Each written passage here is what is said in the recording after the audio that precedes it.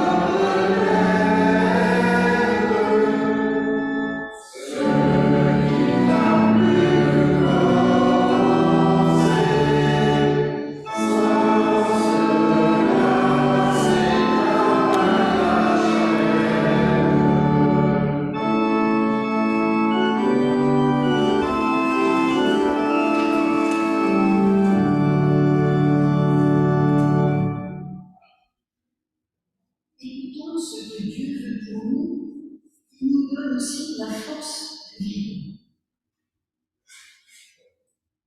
C'est ce que rappelle l'apôtre Paul dans l'Épître aux Galates. Vous avez été appelés à être libres. Seulement ne faites pas de cette liberté un prétexte pour vivre selon les désirs de votre propre nature. Au contraire, laissez-vous guider par l'amour pour vous mettre au service les uns des autres. Car toute la loi se résume dans ce seul commandement: aime ton prochain comme toi-même.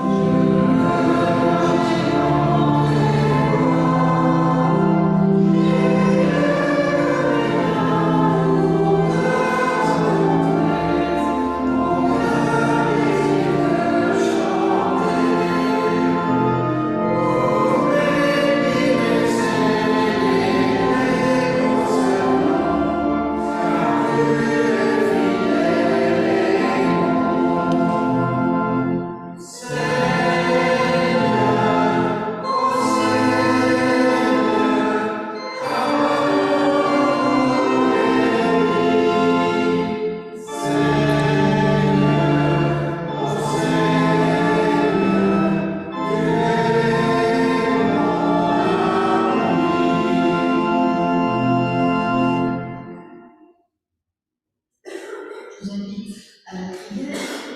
Et dans notre liturgie, nous appelons prière de repentance, et qu'il n'est pas l'étalage de nos fautes que Dieu bien mieux que nous-mêmes, et qui est cette seule question qui nous est posée, parce qu'elle ne remet pas non plus en cause la possibilité que Dieu ou non nous accorderait son pardon, mais bien plutôt, est-ce que nous sommes prêts à recevoir ce pardon? Je vous invite à prier. Seigneur notre Dieu, tu sais de quelle miséricorde nous avons besoin. Tu sais nos obscurités, nos silences, nos oublis, nos vanités.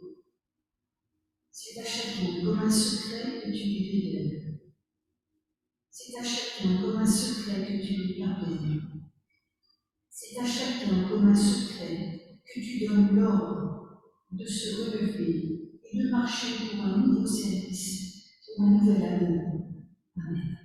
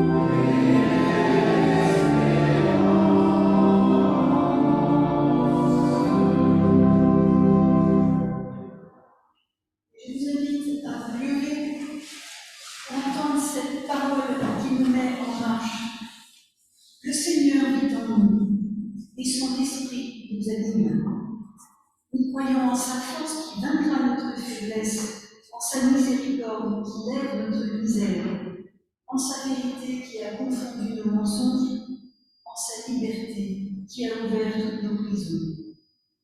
Et c'est pourquoi le dernier mot à notre sujet ne sera pas le nôtre, mais le sien, celui de sa grâce. Sa grâce est avec nous dès maintenant et à jamais.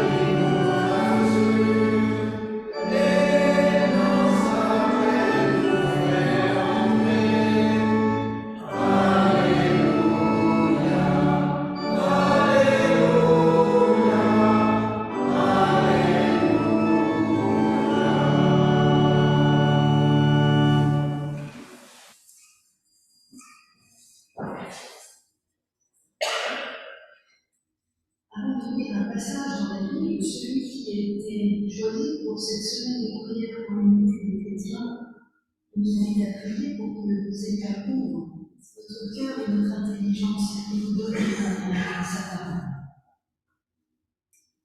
Seigneur, nous venons à toi. Aide-nous à lâcher prise et creuse en nous le manque qui puisse t'accueillir. Fais-nous discerner les merveilles de ta création en chaque personne et en toutes choses. Et emplis-nous de la douceur de ton amour et de la joie de ta présence. Fais-nous entrer dans la profondeur de ta parole, toi qui viens jusque chez nous pour nous la dire. Renouvelle aussi notre regard intérieur pour que, le posant sur toi, nous te contemplions. Nous te le demandons, toi qui es notre Seigneur et notre Dieu. Amen.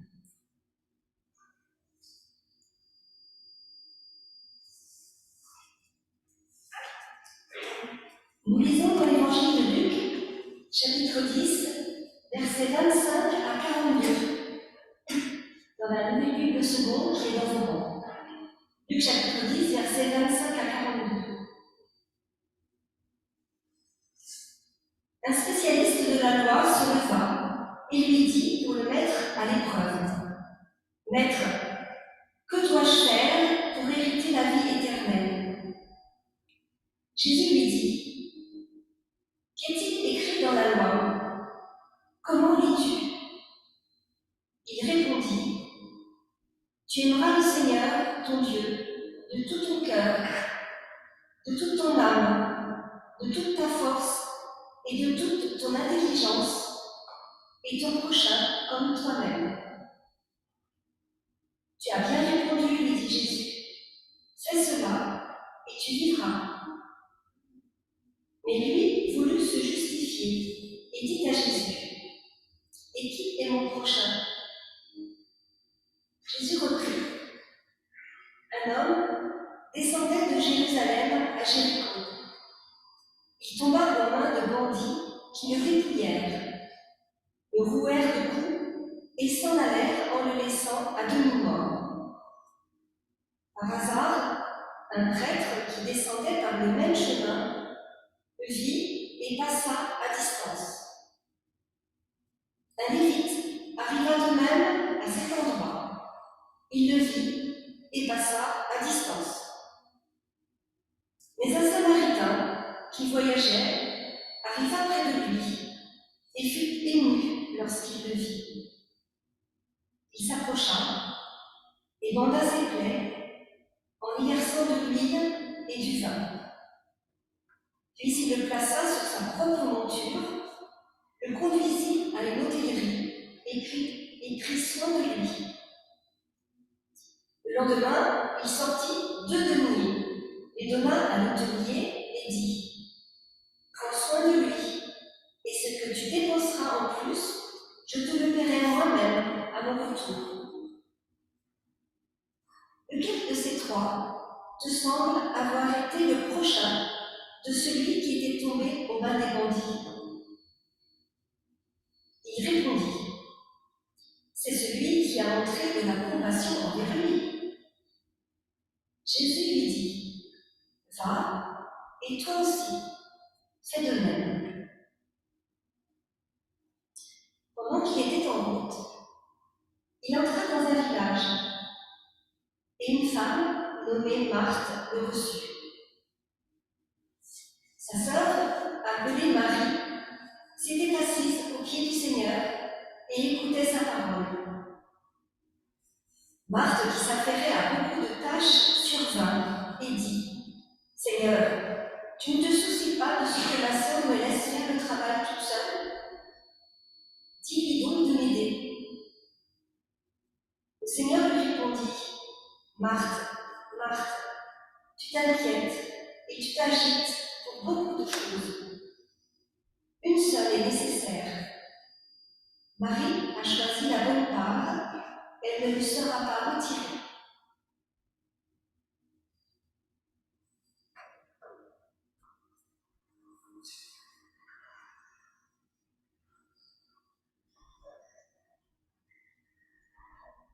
Je vous invite à vous lever pour chanter le cantique 22-04.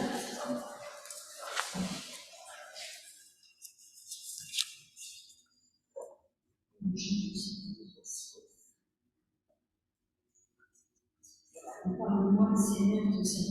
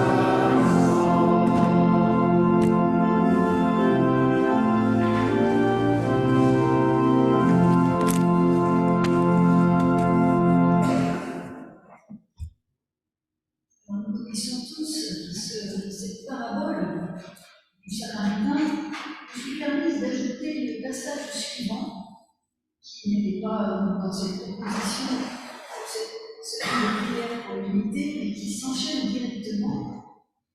Et je voudrais d'abord signaler que le choix du texte a été fait par une équipe du Burkina Faso. Et il faut saluer ce choix du texte, parce que le problème numéro un au Burkina Faso, c'est l'insécurité. Ils expliquaient par exemple que 21% du pays n'est plus sous le contrôle de gouvernement. Ils ont des attaques régulières et les chrétiens en particulier sont ciblés. Et que voilà, donc la population vit dans une insécurité permanente, alors vous imaginez aussi ce que ça veut dire derrière. Et le choix de ce texte, c'est précisément d'être solidaires les uns des autres. Et si je lis ces deux passages de cette parabole, et puis avec ce qui suit directement dans l'évangile de Luc, de cette rencontre de Jésus, une autre rencontre, non pas avec Jésus, mais cette fois, il va chez Marthe et Marie, des amis. A priori, ces deux passages sont sans rapport, mais moi je les lis comme un diptyque. Vous savez, on peut toujours lire deux tableaux séparément, et puis quand on les met à côté, on s'aperçoit qu'ils sont extrêmement liés et qu'ils se complètent. Peut-être dire aussi que, encore une fois, c'est propre à l'évangéliste Luc, c'est son originalité avec la question particulière qui est mon prochain?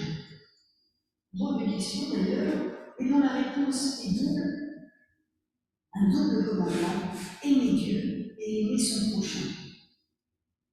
Donc deux passages s'enchaînent pour expliciter ce double commandement. La parabole qui invite les lecteurs à relier le Samaritain à l'amour du prochain et le passage qui suit avec Marthe et Marie qui relie à l'amour de Dieu. Même si bien entendu, les deux s'interpellent l'un l'autre. Parfois, il me semble qu'on peut lire ces deux passages comme un diptyque, sachant que, bien sûr, chaque passage inclut les deux dimensions. L'amour du prochain ne peut se détacher de l'amour de Dieu. Peut-être qu'on a déjà dû voir un sens christologique dans la parabole avec la figure de Jésus, à la fois le blessé et le samaritain. Et inversement, l'amour de Dieu ne peut se détacher de l'amour du prochain, d'où l'écoute de la parole de Dieu à travers la figure de Marie, se tenant au pied de Jésus. En d'autres termes, en une seule phrase, donner aux autres tout en recevant du Seigneur. Ce qui m'intéresse aussi en rapprochant ces deux textes, c'est qu'ils s'éclairent l'un l'autre et écartent d'entrée toute lecture moralisatrice.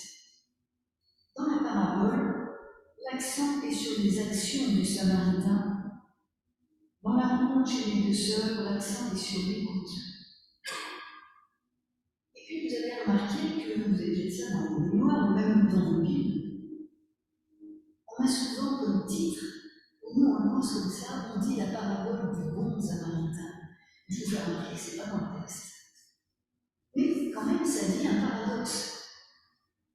Le Samaritain appartient à une communauté méprisée du judaïsme, parce qu'ils étaient même considérés comme des hérétiques, ces Samaritains, aux yeux des autres, parce qu'ils ne reconnaissaient que la loi écrite, c'est-à-dire le Pentateuque, et ils réduisaient totalement la loi orale.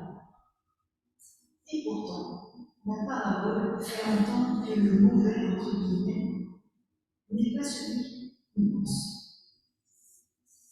Et ce qui est intéressant dans cette parabole, qui nous rejoint dans cette semaine de prière pour l'unité, même si tous les textes parlent pas de l'unité quand même, mais celui-là ci par un angle particulier, c'est que Jésus casse toutes ces barrières. Il fait exploser ces cases dans lesquelles sont enfermés les gens, des catégories qui déterminent nos attitudes. On le voit partout et dans tout. Alors je fais un peu de communication, mais c'est là qu'on fait des catégories sociales, des catégories religieuses, des catégories confessionnelles, et la liste peut continuer. Jésus s'emploie avec la parabole à inverser le raisonnement du légiste. Et c'est dans ce sens-là qu'il fait exploser ou imposer toutes les catégories dans lesquelles on met les gens ou peut-être même se nommer. De la question du légiste, qui est le prochain, Jésus l'amène à se dire de qui tu te fais le proche. Et ce renversement change tout, parce qu'il permet de ne plus enfermer les gens dans des catégories extérieures envers lesquelles nous aurions des devoirs. Là aussi, je continue à rebondir un peu, mais vous comprenez dans quel sens je vais aller. Eh bien, on pourrait dire les migrants, les pauvres, les populations en guerre, etc., etc. Et avec cette lecture, qu'est-ce qui peut monter en nous face à la détresse, la misère et la violence dans le monde? Évidemment, ça nous renvoie à notre impuissance et bien sûr à nos comportements dépendants comme ceux du prêtre et du lévite. Prenez simplement le RER ou le métro, vous n'allez pas devenir à chaque fois que quelqu'un fait la manche si vous faites quand même. Mais moi, je ne le fais pas à chaque fois. Et qu'est-ce que ça provoque en nous? Et bien, on se dit, c'est pas bien. On sait. Mais on se dit, en même temps, je ne peux pas le faire à chaque fois. Et ça renforce notre culpabilité. Je reste persuadée que l'Évangile ne va pas dans ce sens-là. L'Évangile et Jésus là s'emploie à défaire cette logique qui consiste à considérer le prochain comme un objet définissable d'avance. Un pauvre, un migrant, un étranger, tout ce que vous voulez. Et c'est seulement là que de l'Évangile peut surgir du neuf dans nos vies et nous mettre en route. D'ailleurs, on n'a pas besoin d'Évangile pour nous culpabiliser. On sait le faire nous-mêmes. L'Évangile n'est pas là pour ça. Mais Jésus vient nous rappeler là que le prochain, c'est un événement de relation qui nous prend par surprise. Le Samaritain n'avait pas programmé cette rencontre avec lui, c'est pas plus que les autres passants. Et ce qui fait la différence avec les autres. C'est ce seul mot qui concerne le Samaritain. Le texte dit qu'il est ému. Littéralement, en grec, ça veut dire il est mis en mouvement hors de lui-même. Comprenez, alors que les autres restent rivés en eux-mêmes. En d'autres termes, on va encore prendre une expression biblique pour dire ce verbe, il est touché aux entrailles. Alors il va agir. Sa démarche est faite de compassion et de détachement. Alors il va faire ce qu'il faut pour sauver ce blessé et pour qu'il puisse reprendre le cours de sa vie, libre d'aller de la vie. Remarquez que dans l'attitude du Samaritain, il n'y a ni fusion, ni mainmise, ni indifférence. Ainsi, Jésus amène le légiste à réfléchir autrement. Le test du légiste est sur l'agir de Jésus. Que dois-je faire pour recevoir en partage la vie éternelle? Il le renvoie et peut-être cherche à le piéger sur son interprétation de la loi. Parce que sa manière de la vivre, évidemment, dit sa compréhension et inversement. Jésus ne se dérobe pas et il répond sur ce registre. Il dit que dis-tu? Et surtout, comment dis-tu? Il renverse la situation. C'est Jésus qui amène le légiste à s'interroger sur son agir. Parce qu'en disant comment dis-tu, il fait comprendre qu'il y a différentes manières d'interpréter le texte. Et il va faire passer le légiste d'une attitude de mise à l'épreuve à l'égard de Jésus à celle de l'écoute du maître et peut-être d'une écoute intérieure, comme peut le laisser suggérer sa réponse, qui montre qu'il a compris la parabole, mais on ne sait pas ce qu'il va faire de cette écoute. Jésus l'oriente, va, et toi aussi fais de même. Et il lui indique où est le chemin de la vie véritable. Et cette démarche appelle deux remarques. Le texte biblique n'a de force que s'il est mis en pratique, que si l'on se risque dans une parole entendue pour la vivre. Et chacun va entendre cette parole pour lui-même, mais on ne va pas entendre la même. Dans tout ce que je suis en train de dire, il y a quelque chose qui va faire titre, mais cette chose-là ne sera pas la même pour les uns et pour les autres. Il importe cependant d'apporter chacun notre réponse, et une réponse qui implique notre vie. Ce va, et toi aussi, fais de même, renvoie à ce que Jésus a dit au début, fais cela, et tu vivras. C'est-à-dire, ce que tu comprends, vis-le. Ne dis pas que tu aimes, aime. Et puis cet agir qui est mis en avant par Jésus, évidemment, il est orienté. C'est pas n'importe comment. Il est même dépoussiéré de nos mauvais travers. Jésus décentre complètement le légiste de lui-même pour l'élargir à la dimension de l'amour de Dieu. Et voyez pourquoi écoute et mise en pratique se conjuguent toujours ensemble. Le texte biblique invite à une démarche existentielle qui place le lecteur ou l'auditeur sur le champ relationnel. L'un ne va pas sans l'autre. Et c'est bien ce qui se passe avec Marthe et Marie. Parce que vous savez, dans cette rencontre, nous sommes chacun à la fois Marthe et Marie, dans l'action et l'écoute, invités à enraciner notre action dans cette écoute d'une parole qui fait surgir un surplus de vie dans nos existences. Marthe s'agite parce que c'est le maître qui s'invite, et rien n'est prêt. Elle veut donner le meilleur, le recevoir du mieux qu'elle peut. Et très franchement, si Jésus débarquait chez vous à midi, je pense que vous feriez pareil. C'est pour ça que je dis qu'on est Marthe et Marie, mais on est aussi Marie. Parce que Marie comprend que si le maître vient, c'est qu'il y a du bon, du bien qui va lui être donné, ne serait-ce que par sa présence. Jésus lui dit qu'elle a choisi la bonne part. Au passage, il ne lui dit pas qu'elle a choisi la meilleure part, la bonne part. Parce que c'est de l'écoute que naît notre action. C'est de cette écoute qu'on comprend quoi faire et comment le faire. Parce que cette écoute nous renvoie à ce qui fait vivre, à cette profonde profondeur de l'être qui est touché aux entrailles et qui fait sortir du soi. C'est pourquoi le protestantisme a tellement insisté sur la liberté et la responsabilité. Liberté de conscience où il ne s'agit pas d'un catalogue à croire, ni de rythme, ni de pratique même. Évidemment, ça ne les exclut pas. Mais liberté dans le sens de libérer, libérer de tout jugement.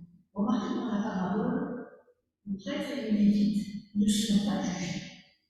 Libérés de toute performance, libérés face à Dieu et à ses semblables, parce que nous n'avons pas à prouver quoi que ce soit, ni à justifier nos existences.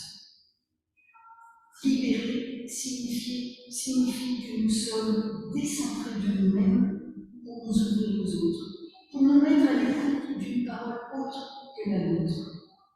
En demandant qui est mon prochain, le légiste se met au centre et voit les autres graviter autour de lui. Jésus renverse la problématique. Lequel a été le prochain de l'homme blessé? Le prochain n'est plus l'autre à aimer, et celui qui s'est fait proche de lui. Ce n'est plus le bénéficiaire éventuel de l'acte à faire pour lui, c'est le sujet de l'acte accompli en sa faveur. En d'autres termes, l'accent porte sur la personne. Jésus amène Marthe à sortir aussi de sa préoccupation à bien faire, à être l'hôte parfaite, la bonne cuisinière, etc. Se décentrer de ses préoccupations à elle pour voir plus large, plus profond, plus essentiel. Vous remarquez que là aussi, aucun reproche ne lui est fait, mais simplement une invitation. Du coup, la responsabilité à laquelle nous sommes appelés n'est pas un poids, un fardeau qui écrase, mais c'est toujours une offre de vie qui fait en fait appel au discernement. Jésus ne contraint pas le légiste, il le laisse libre en lui ayant donné à réfléchir. Oui, Dieu ouvre nos cœurs et nos consciences à notre vie. Dans cette parabole, dans cette perspective, on voit bien aussi pourquoi nous pouvons voir le sens christologique de la parabole. Parce que Jésus est celui qui s'est fait proche de nous, témoignant de l'amour du Père ému aux entrailles. Au passage, c'est un verbe qui est utilisé quand il s'agit de personnes uniquement pour Dieu ou Jésus. Ce Jésus qui nous rejoint sur nos lieux de blessure pour prendre soin de nous, pour nous guérir, nous remettre debout à travers des Samaritains qui ont croisé nos routes et qui ont bien voulu s'arrêter. Et c'est pourquoi il me semble que notre responsabilité est grande. Cette parabole, elle nous rappelle qu'il s'agit d'avoir le regard aussi qui est porté sur les autres. Vous savez, le pape, quand il est venu à Marseille, il a dit le premier fléau, c'est l'indifférence. Quand il parlait des migrants, il a parlé du fanatisme de l'indifférence. Peut-être parce qu'on s'habitue, et puis ces personnes deviennent invisibles parce qu'elles font partie du paysage. On pourrait prendre plein d'autres exemples. Mais il s'agit de cultiver en soi cette force de révolte et d'indignation face à l'injustice et à toutes ces formes de violence et d'oppression pour ne pas s'habituer finalement à devenir indifférent. Cette indignation, c'est un moteur pour se lever et agir. Voilà pourquoi je dis que chez Marthe et Marie, c'est bien que nous soyons à la fois Marthe et Marie. C'est bien que Marthe s'indigne. Elle provoque une réaction. Et puis, être des témoins de l'amour de Dieu, c'est avoir de la compassion pour celui qui est dans la souffrance. Vous voyez, la compassion, c'est un antidote contre la colère et le jugement. C'est la voie qui conduit non pas à se mettre à la place de l'autre, à savoir ce qui est bon pour lui, mais à être cette présence aimante et agissante comme Dieu est pour nous, à la fois samaritain et aubergiste. Va, et toi aussi fais de même. C'est renoncer à vouloir maîtriser le cours de nos vies et le cours de nous. C'est se laisser surprendre, se laisser toucher jusqu'aux entrailles pour apporter chacun à notre manière notre réponse à celles et ceux qui croisent nos routes. Et peut-être qu'à certains moments, nous serons blessés et à d'autres, nous selon le Samaritain. Amen.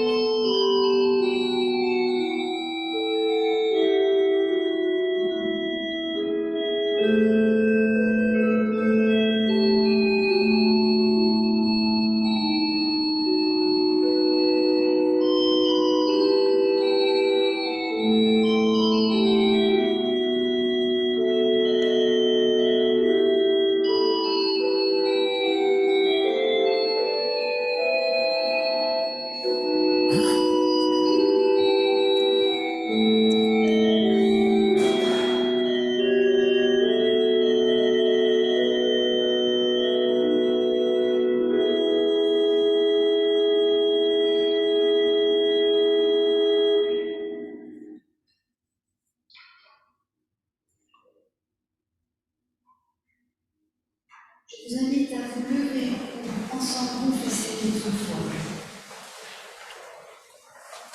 Dieu est amour. Par amour, Dieu notre Père a créé le monde. Son Fils Jésus-Christ est mort et ressuscité pour que l'amour naisse au cœur de tous les êtres humains. Son amour nous rend responsables et libres pour vivre de cet amour. Nous croyons que Dieu nous appelle aujourd'hui, comme chaque jour, à répondre à son amour, dans l'Église, comme artisans de vérité et de pardon, parmi nos contemporains, comme artisans de justice et de paix, dans son royaume qui vient, où l'amour éclaire toutes choses. Dieu est amour, c'est ce que nous croyons. Amen. Et je vous invite à chanter au cantique numéro 61-85.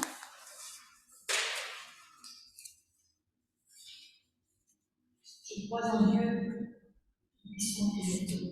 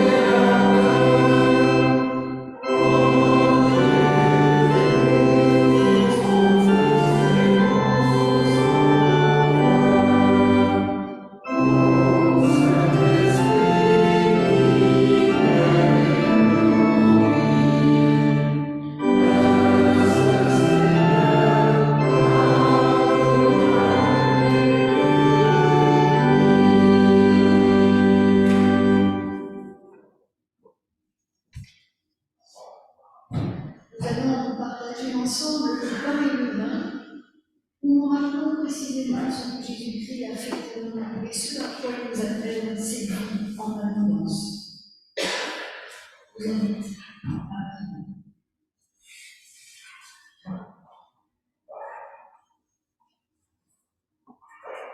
C'est pour nous bonheur et joie de te louer, Seigneur, car tu nous donnes la vie et l'espérance. Tu as envoyé ton Fils et il est devenu notre frère. Tu as envoyé ton Esprit et il est devenu notre Père. C'est pour nous mystère et émerveillement que toi, Seigneur, tu sois notre Père, que Jésus-Christ soit le pain vivant donné au monde, que l'Esprit Saint demeure au plus secret de lui-même. C'est pourquoi nous voulons t'adorer et te chanter. Amen.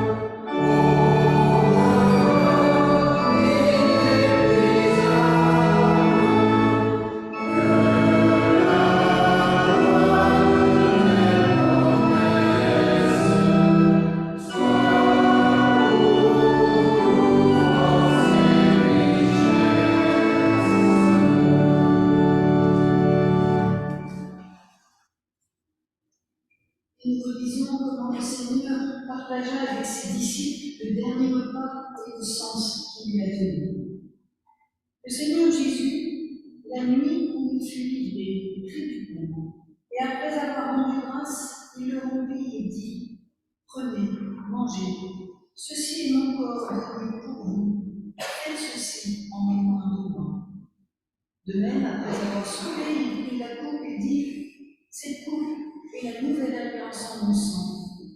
Faites ceci en mémoire de moi toutes les fois que vous en boirez. Ainsi, toutes les fois que vous mangez de ce pain et que vous buvez de cette coupe, vous annoncez la mort du Seigneur jusqu'à ce qu'il vienne. Père, nous faisons mémoire des paroles et des gestes de ton Fils Jésus-Christ, de sa mort, de sa résurrection, et nous attendons son retour parmi nous en ouvrant notre cœur à sa présence. Cette présence, nous avons pu la discerner dans la parole qui a été lue. Nous pouvons aussi l'apercevoir dans ce repas que nous allons partager. Amen.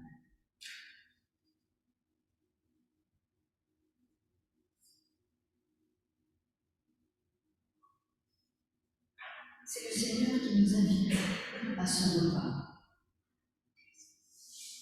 Je vous invite à le prier pour que nous entendions son appel. Seigneur, tout est entre tes mains. Nous avons préparé le repas et c'est toi qui le présides. Par ton Saint-Esprit, donne-nous de communier toutes et tous ensemble. Que ce pain nous donne la force qui vient de toi. Que ce vin nous donne la joie de communier ensemble avec ton pardon et ta paix. Ce repas nous annonce le royaume que tu nous charges de proclamer. Amen. C'est le Seigneur qui nous invite. Nous sommes toutes et tous invités et je vous propose de faire un cercle. Et celles et ceux qui ne souhaitent pas partager le repas passeront simplement à leurs voisins. Et c'est ainsi que nous sommes les uns avec les autres réunis en Christ.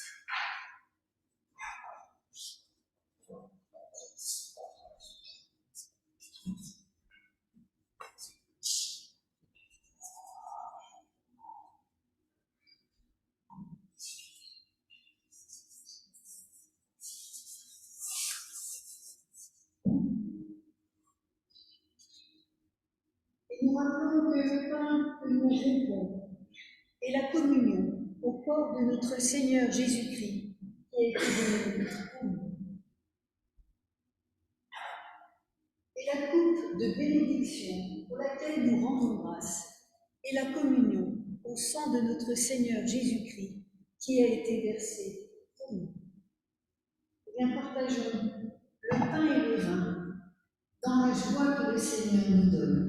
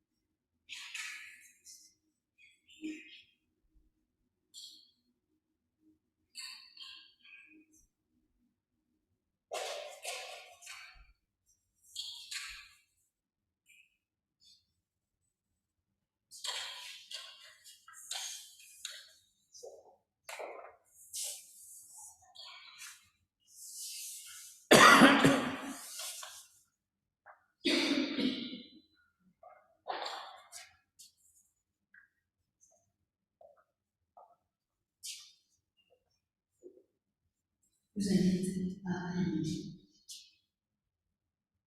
Seigneur, nous voici devenus témoins de ta résurrection. Que notre joie guide notre course pour dire au monde que tu es vivant. Sois avec nous quand nous dévoilerons cette espérance à ceux qui sont dans la douleur.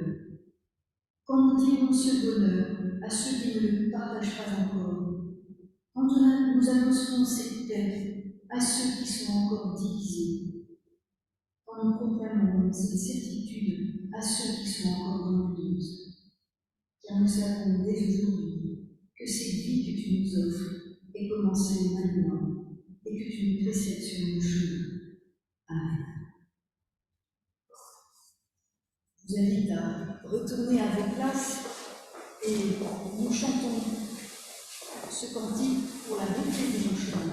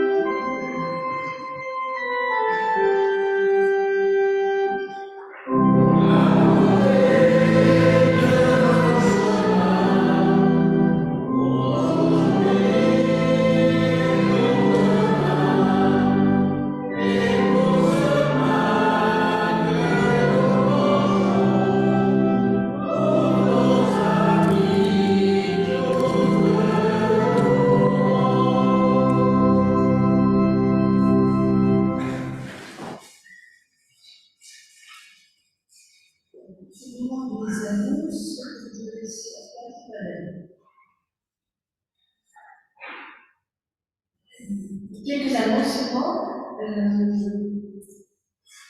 Donc d'abord, je voudrais dire un grand merci à Alain Danet qui a présidé ce culte. Voilà, nous sommes dans la semaine de prière pour l'unité des chrétiens et nous sommes invités, pour ceux qui le veulent, à une office d'intercession pour la paix. C'est nos amis de la paroisse orthodoxe Saint-Germain et Saint-Cloud à Lucienne qui nous invite mercredi 24 janvier, mercredi prochain, de 19h à 19h45. Voilà, si vous voulez savoir où c'est, vous avez toutes les indications derrière vos feuilles. Voilà, vous pouvez les demander. Voilà, et donc il y aura la retraite du conseil presbytéral samedi 27. Voilà, vous réunissez tous, donc vous pouvez prier pour nous, pour le conseil presbytéral. Voilà, et je vous rappelle, mercredi qui vient, un culte d'action de grâce qui sera célébré pour Nicole Vivien. Et ne partez pas trop vite, il y a un pot pour nous réjouir ensemble. C'est du coup. Et c'est le moment de l'offrande. Le Seigneur a le don joyeux.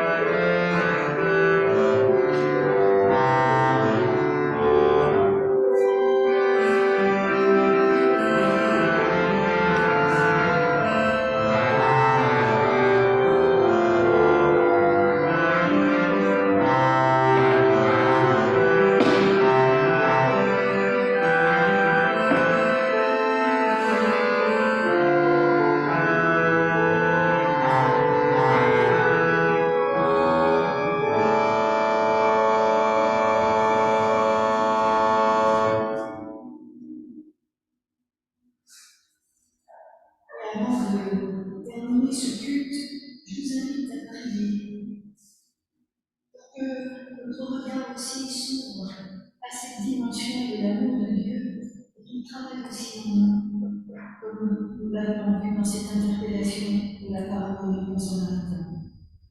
Et j'emprunte cette prière au cardinal Newman.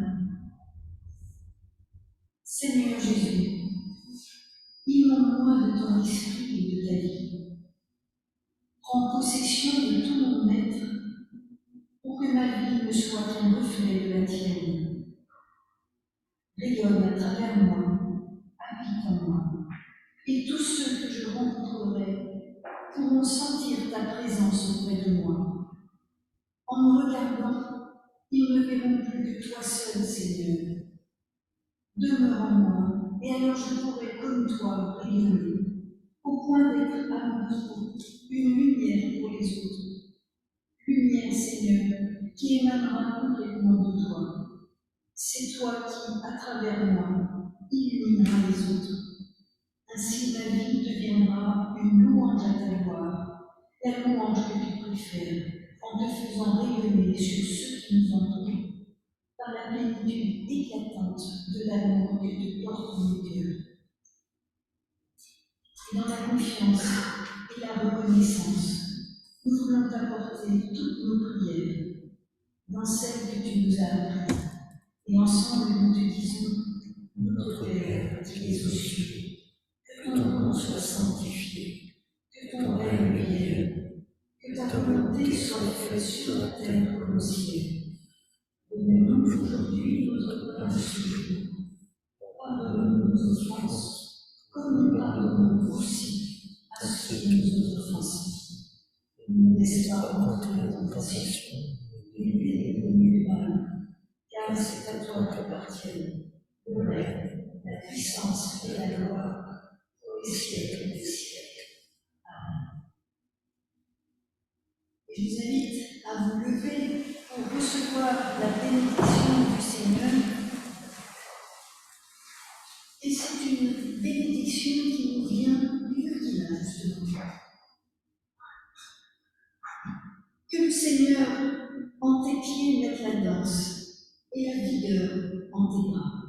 Qu'il emplisse tes mains de douceur et tes yeux de rire. Qu'il comble tes oreilles de musique et ton nez de bonnes odeurs. Qu'il pose la jubilation en ta bouche et la joie en ton cœur. Qu'il t'offre chaque matin la grâce du désert, le silence, l'eau fraîche et l'espoir de commencer. Que le Seigneur te donne à profusion et qu'il t'inspire de donner à profusion. À nous tous. Que le Seigneur donne chaque jour l'élan de l'adoration. À nous tous, que le Seigneur donne chaque jour la force de voir le visage de l'espérance. Il nous bénit